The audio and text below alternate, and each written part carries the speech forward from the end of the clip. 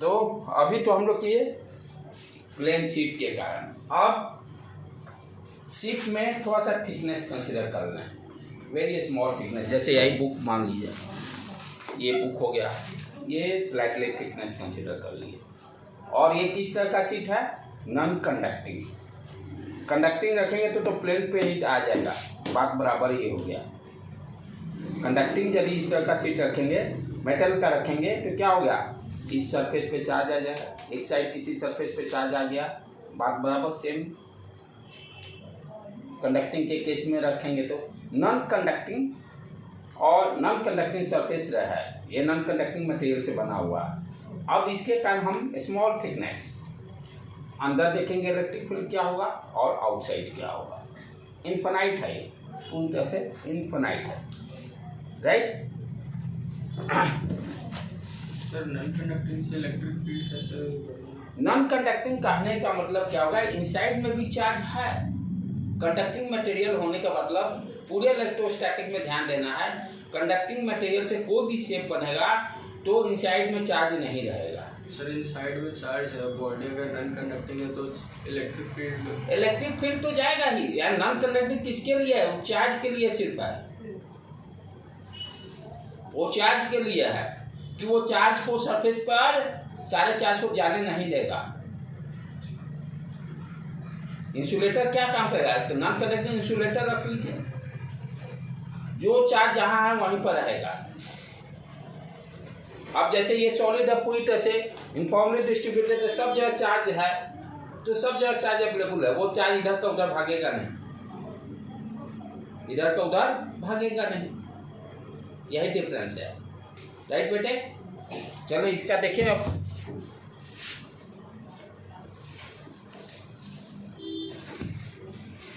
तो non conducting का मतलब यही ध्यान देना है कि सेट में जो चार्ज जहां पर है वो चार्ज वहां पर ही रहेगा, उस चार्ज का मूवमेंट नहीं होगा।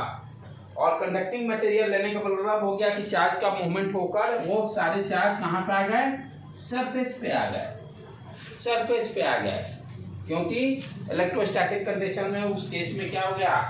चार्ज का मोशन होने के कारण, जो कि इलेक्ट्रोस्टैटिक में वो केस हमें कंसिडर नहीं करना है। तो हम लोग क्या कंसिडर किए? इन्फिनाइट शीट लिए,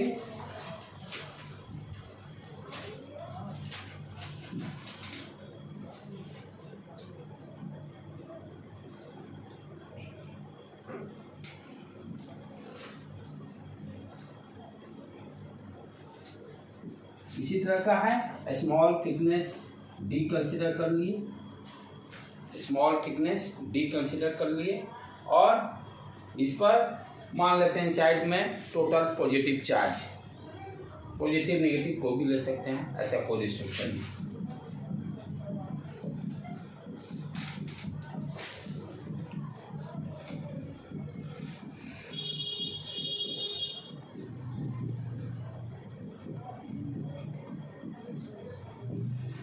और किस तरह का है? Non conducting, non conducting, non conducting, ठीक है बेटे। तो ये वाला शीट जो है इसको, अब ये वाला शीट जो है इसको एक लाइन से सिंप्लीफिकेशन के लिए कंसिडर कर लिया। ये इस तरह से क्या दिखाई देगा? लाइन ही तो दिखाई देगा, ठीक।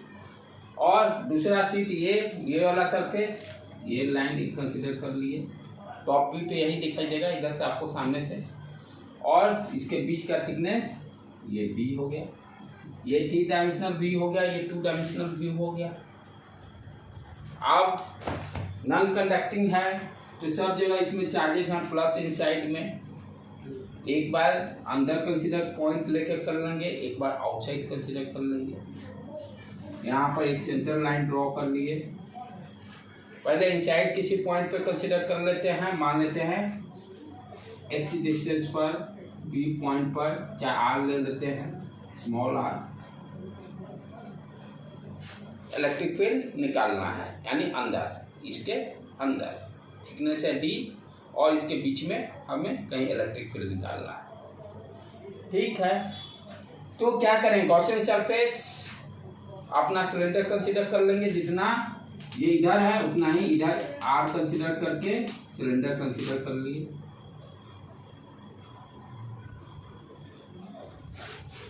राइट बेटे, 3 यहाँ पे सरफेस हो गए, 1 2 और तीसरा कट।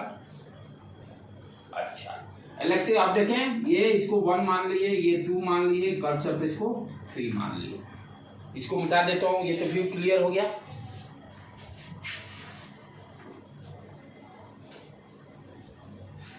तो इलेक्ट्रिक फील्ड हम देखें तो क्या होगा, यही है E एरिया वेक्टर A, यहाँ भी E एरिया वेक्टर A, ये इलेक्ट्रिक फील्ड, ये एरिया वेक्टर, ये इसके कर्व सरफेस के कारण 0, सिर्फ इसके कारण रहेगा, इसके कारण रहेगा फ्लक्स। ठीक है, तो गॉस लॉ यूज करते हैं, phi net equal to Q epsilon naught upon Q internal upon epsilon naught. ये case 1 inside the point, inside the point. ठीक है बेटे, अब फाई 1 फाई 2 देखें, E हो गया इलेक्ट्रिक फील्ड। अच्छा एरिया मान लेते हैं A क्रॉस सेक्शन एरिया है, ठीक है, EA ले लिए। उसी तरह से दूसरे के कारण भी EA हो गया, इसके कारण भी दोनों सेम डायरेक्शन में है, EA ओके। और फाई 3 2 इसके कारण 0 ही हो गया। अब आ जाए राइट हैंड साइड में, राइट हैंड साइड में अब आ जाए। अब यहाँ पर ध्यान से देखने का है कि पिछला केस क्या था, हॉलो था, तो सिर्फ क्या था, यही A इंटू सिग्मा कर दिए थे। यहाँ क्या है, ये 3 डायमेंशन है, 3 डायमेंशन है ना, थिकनेस है, नॉट 2 डायमेंशन। हॉलो नहीं है ना कि सिलेंडर आर पार हो गया, तो पूरा यानी ये सिलेंडर शेप, ये क्या है, ये पूरा चार्ज रहेगा ना, ये सब जगह चार्ज है, यहाँ भी है, यहाँ भी है, यहाँ भी है, सब जगह चार्ज है। जो क्यू इंटरनल लेंगे तो शेप क्या हो गया, 3 डायमेंशनल। यहीं पर गलती होती है, बच्चे सोचते हैं 2 डायमेंशन सिर्फ चार्ज डिविजन ये ले लिए, सिग्मा इंटू ए कर देते हैं, लेकिन यहाँ पर तो वॉल्यूम होगा। यहाँ चार्ज डिस्ट्रीब्यूशन किस तरह का कंसीडर करेंगे, charge per unit volume. 3 dimensional shape है, नॉन कंडक्टिंग है, तो यहाँ पर आपको रो दिया रहेगा, यहाँ पर रो स्पेसिफाई, रो क्या करेगा, charge per unit volume, charge per unit volume. ठीक है बेटे, तो यहाँ जो क्यू इंटरनल निकालेंगे, क्यू इंटरनल कितना हो गया, रो पहला लिख दिए, वॉल्यूम कितना हो गया, क्रॉस सेक्शन एरिया A, और ये लेंथ कितना हो गया 2r, total A into 2r, area into length. तो यहाँ पर वॉल्यूम क्या हो गया, A into 2r, Q internal निकल गया, डिवाइडेड बाई एप्सिलॉन नॉट, इधर 2EA equal to rho A 2r upon epsilon naught, A उड़ गया, 2 उड़ गया, E इक्वल टू क्या आ गया, रो upon epsilon not into r, row upon epsilon naught, row upon epsilon not into r। यहाँ पर electric field क्या देख रहे हैं, इनसाइड में directly proportional to r, directly proportional to r।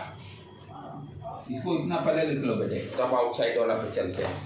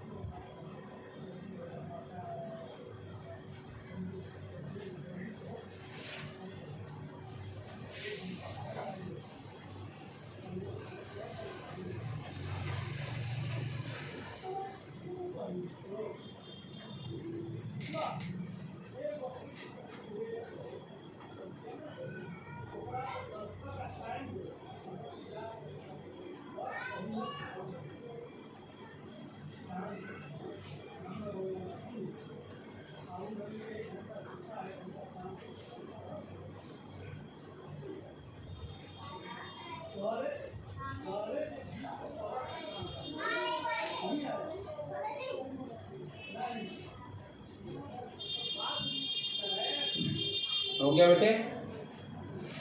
अब आउटसाइड पे देखें,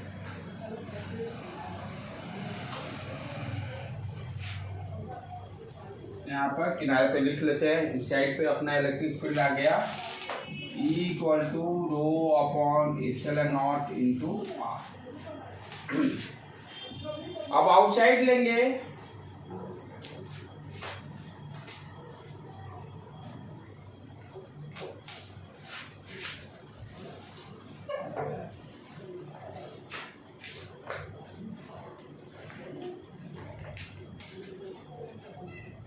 आर अब आउटसाइड किसी पॉइंट पे हो गया पी, इधर भी similarly P,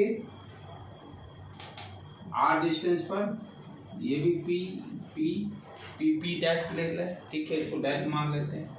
Gaussian surface again cylinder,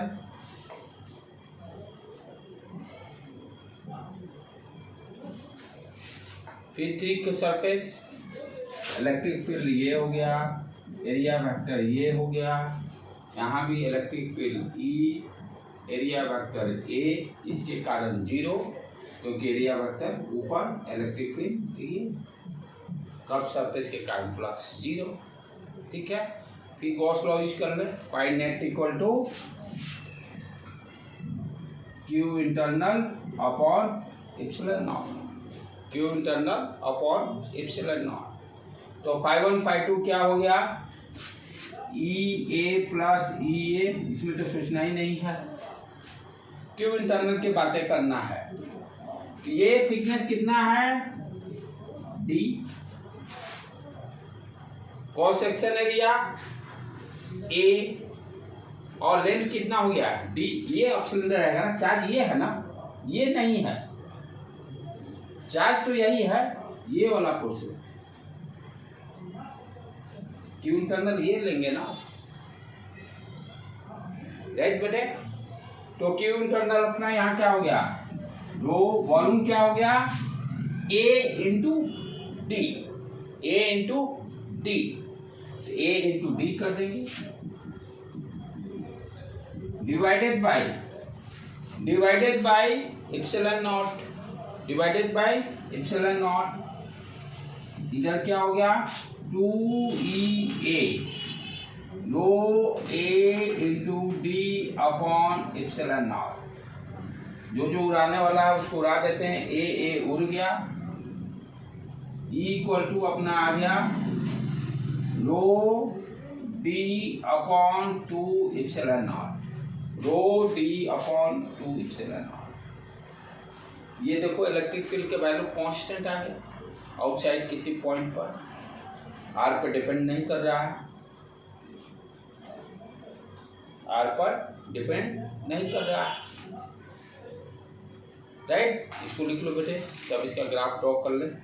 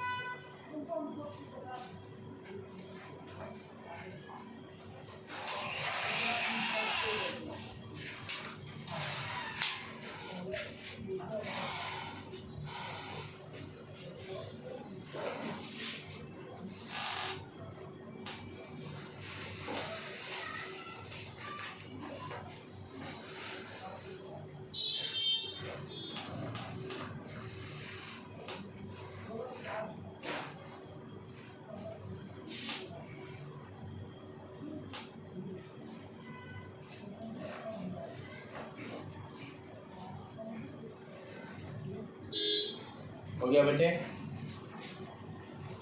तो ग्राफ क्या हो गया,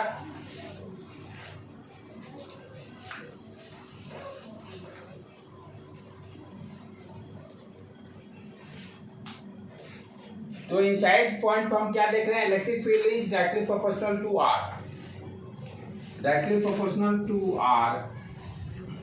ये इलेक्ट्रिक फील्ड हो गया, ये आर हो गया, ठीक है। तो ये डी तक थिकनेस है, डी ले लिए, डी तक क्या हो गया, यानी straight line E is directly proportional to r, E is directly proportional to r, यानी अप टू डी तक क्या हो गया, स्ट्रेट लाइन। और यहाँ पर वैल्यू कितना हो जाएगा, डी जब पहुंचेगा तो rho D upon epsilon naught, R की जगह डी पुट कर देगी। और आउटसाइड के लिए देख ही रहे कांस्टेंट ही है, यही देखो वैल्यू यहाँ भी है, वहाँ थोड़ा सा डिफरेंट है, ये रो आर डी 2 एप्सिलॉन नॉट इसमें आया है, थोड़ा सा वैल्यू और आगे बाहर बढ़ने पर डिक्रीज करेगा, स्लाइटली डिक्रीज करके स्ट्रेट लाइन हो जाएगा, स्लाइटली डिक्रीज करके ये इस तरह से हल्का सा डिक्रीज करके ये स्ट्रेट लाइन, क्योंकि यहाँ पर डिवाइडेड बाई 2 है, डिवाइडेड बाई 2 यानी कहने का मतलब उसका हाफ ही पा दे, थोड़ा सा क्या हाफ इस तरह से ये ग्राफ हो जाएगा इसका।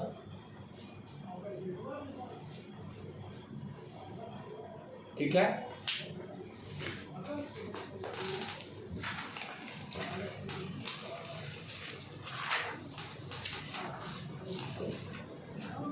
क्लियर।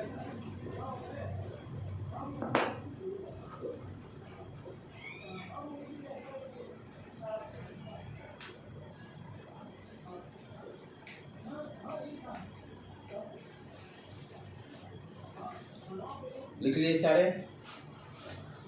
अब स्पेयर का थोड़ा सा बेसिक आज कर लेते हैं कॉन्सेप्ट, कल उसका डेरिवेशन मारेंगे, पहले उसका कॉन्सेप्ट क्लियर कर लें।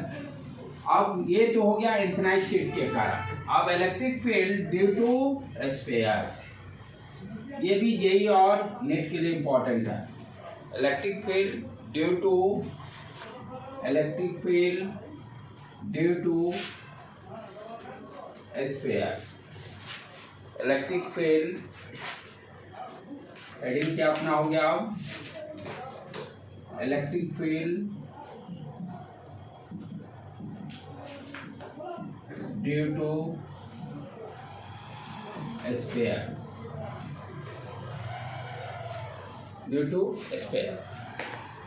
अब यहां पर क्या है, जो स्पेयर कंसीडर कर रहे हैं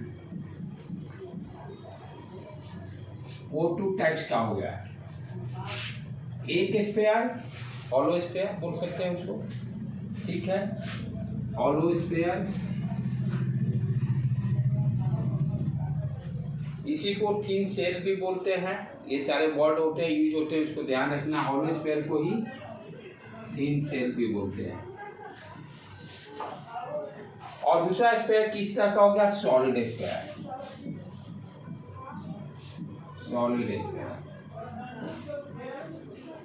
हॉलो स्पेयर, सॉलिड स्पेयर, ठीक है। अब हॉलो स्पेयर में भी हम क्या देखेंगे, 2 तरह का मटेरियल यूज कर सकते हैं, एक कंडक्टिंग मटेरियल यूज कर सकते हैं, एक नॉन कंडक्टिंग मटेरियल यूज कर सकते हैं। हॉलो स्पेयर में भी 2 तरह का मटेरियल, आइदर वो कंडक्टिंग मटेरियल करें और मेटल से बना होगा, और नॉन कंडक्टिंग मीन्स मेटल से नहीं बना होगा।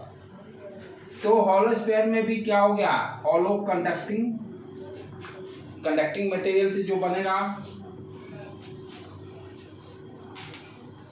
हॉलो कंडक्टिंग स्पेयर, और दूसरा non conducting, hollow non conducting sphere, right बेटे। ये इंसुलेटर भी हो सकता है, डाइलेक्ट्रिक भी हो सकता है, नॉन कंडक्टिंग वाला। सिमिलरली फिर सॉलिड स्पेयर में भी हम उसी तरह से जा सकते हैं, मेटल से बना हो, कंडक्टिंग मटेरियल से बना हो, राइट, और दूसरा नॉन कंडक्टिंग। तो यहाँ भी उसी तरह से 2 पार्ट्स में इसका डिस्ट्रीब्यूशन, कंडक्टिंग सॉलिड स्पेयर और नॉन कंडक्टिंग सॉलिड स्पेयर, ठीक है। आप ध्यान से देखो,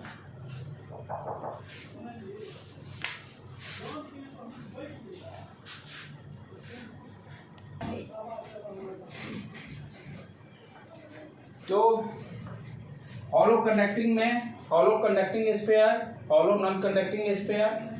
उसी तरह से सॉलिड में भी solid conducting solid sphere, non conducting solid sphere.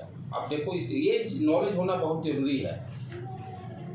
Conducting हो हॉलो स्पेयर या नॉन कंडक्टिंग हो हॉलो स्पेयर, यानी ये तो हॉलो स्पेयर है, मटेरियल कंडक्टर का हो या नॉन कंडक्टर का हो, दोनों केसेस में क्या हुआ, चार्ज तो सरफेस पे ही रहेगा, इसमें कोई डाउट नहीं।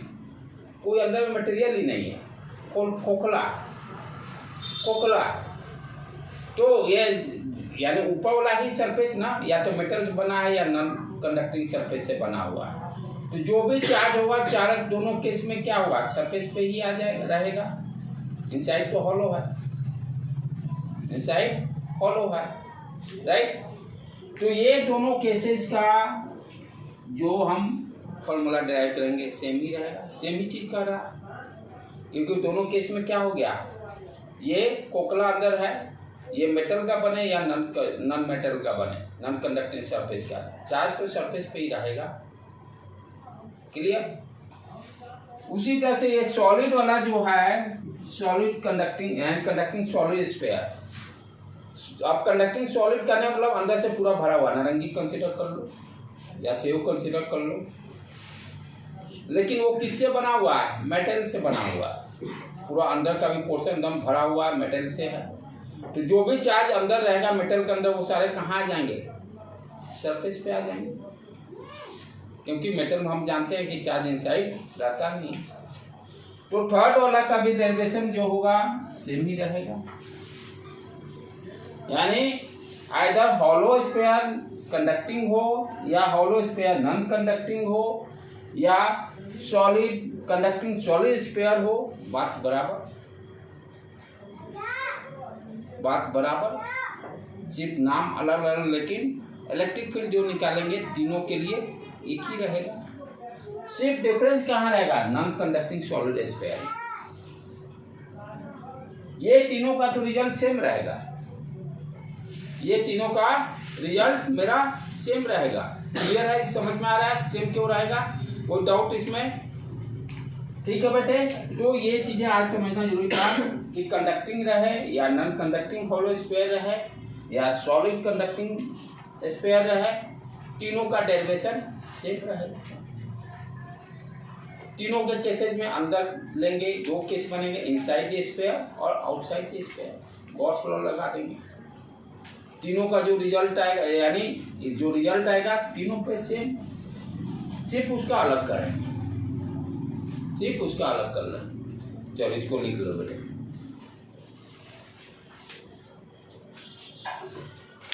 ये तीनों के लिए सेम डेरिवेशन, सेम रिजल्ट, क्योंकि इनकी मटेरियल प्रॉपर्टी सेम, प्रॉपर्टी इनका सेम है, तीनों का प्रॉपर्टी सेम, तीनों का प्रॉपर्टी सेम।